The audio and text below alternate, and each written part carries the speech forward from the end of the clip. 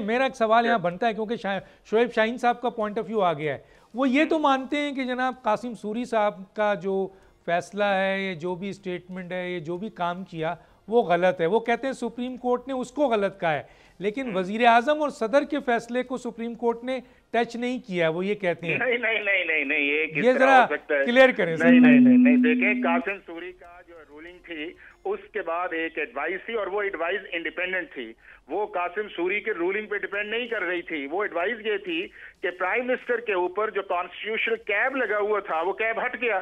جب وہ ہٹا اس چیز کے اندر تو اس کا مطلب یہ ہے کہ اس کی ڈائریکٹ ریلیونسی جو تھی وہ اس کے ساتھ نہیں تھی. لیکن جب کیب اٹھا تو اس کو انہوں نے آرٹیکل 58(2) کے اندر ایک ایڈوائز بھجوائی، اور وہ ایڈوائز پریزیڈنٹ آف پاکستان چونکہ اسمبلی جو ڈیزالو پہلی سچویشن کے اندر کر ہی نہیں سکتے تھے، انہوں نے اس کو فوری طور پہ ایڈوائز کر دیا. تو یہ دونوں جو ایکشن تھے ان کو سپریم کورٹ نے اس کے اندر 3 ایکشن جو تھے وہ اسٹرائک ڈاؤن کیے تھے، اور تینوں کو انہوں نے contrary to the law and constitution کہا ہے. نمبر 1 قاسم سوری کا action. Number 2 supreme court of Pakistan نے کہا ہے کہ پرائم منسٹر کی جو ایڈوائز آرٹیکل 58(2) کے نیچے ہے. نمبر 3 پرائم منسٹر نے جو ایڈوائز بھجوائی ہے پریزیڈنٹ آف پاکستان کا اس کو ایکسپٹ کرنا. تینوں چیزیں کانٹریری کانسٹیٹیوشن ہوئی ہیں. اگر تو مان لیا جائے کہ قاسم سوری کی حد تک تھا تو پھر جو دوسری 2 ایڈوائز ہیں وہ تو پھر ٹھیک ہے، اور اگر وہ ٹھیک ہے تو قاسم سوری جو ہے اس کے بعد تو معاملہ آگے جانا ہی نہیں چاہیے تھا. پھر سپریم کورٹ نے کیوں اس پروسیس آرٹیکل 95 کو دوبارہ ری سٹارٹ کروایا؟ اور اس کے بعد آپ نے دیکھا کہ جب ری سٹارٹ والا معاملہ آیا تو آپ نے اسمبلی کے اندر دیکھا کہ پہلے اس پروسیس کو ڈیلے کیا گیا، اور ڈیلے کرنے کے بعد جب آپ کے سامنے وہ ایک چیز آئی اور اس کے اوپر جو ہے اب اس کے اندر سپریم کورٹ آف پاکستان کے 2 ویو آئے. ایک آیا یہ کہ یہ سارا contrary to the law and constitution ہے، اور دوسرا انہوں نے کہا کہ آرٹیکل 6 جو ہے اس کو چلانا چاہیے.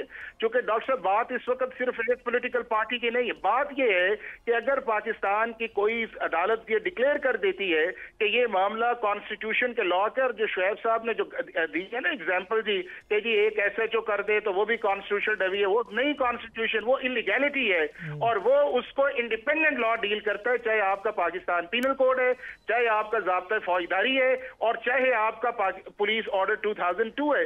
یہ والا جو معاملہ ہے یہ تو پیورلی کانسٹیٹیوشن کا ہے، اس کے نیچے کچھ چیز ہی نہیں ہے.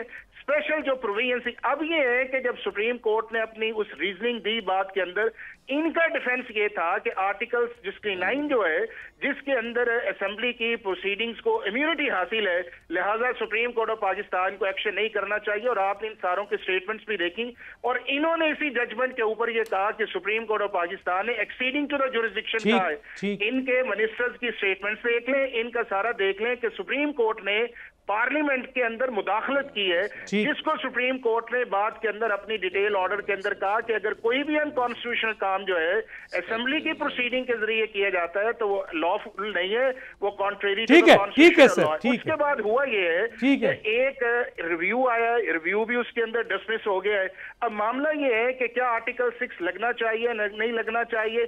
یہ میرا خیال ہے کہ ایک ایسی چیز ہے کہ فیڈرل گورنمنٹ کی کمپیٹنسی اپنی جگہ، سپریم کورٹ کی ججمنٹ اپنی جگہ، لیکن مناسب یہ ہوگا کہ سپریم کورٹ کے سامنے پریزیڈنٹ آف پاکستان جو ہے وہ آرٹیکل 186 کا ایک ریفرنس بھجوائے، جس طرح PTI نے بھجوایا 63A کا. نہیں وہ تو ایڈوائزری، وہ تو پھر ایڈوائز، وہ تو ہے وہ تو ایڈوائزری.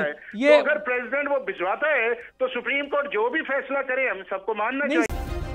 سبسکرائب کریں اور بیل دبائیں تاکہ کوئی خبر رہ نہ جائے.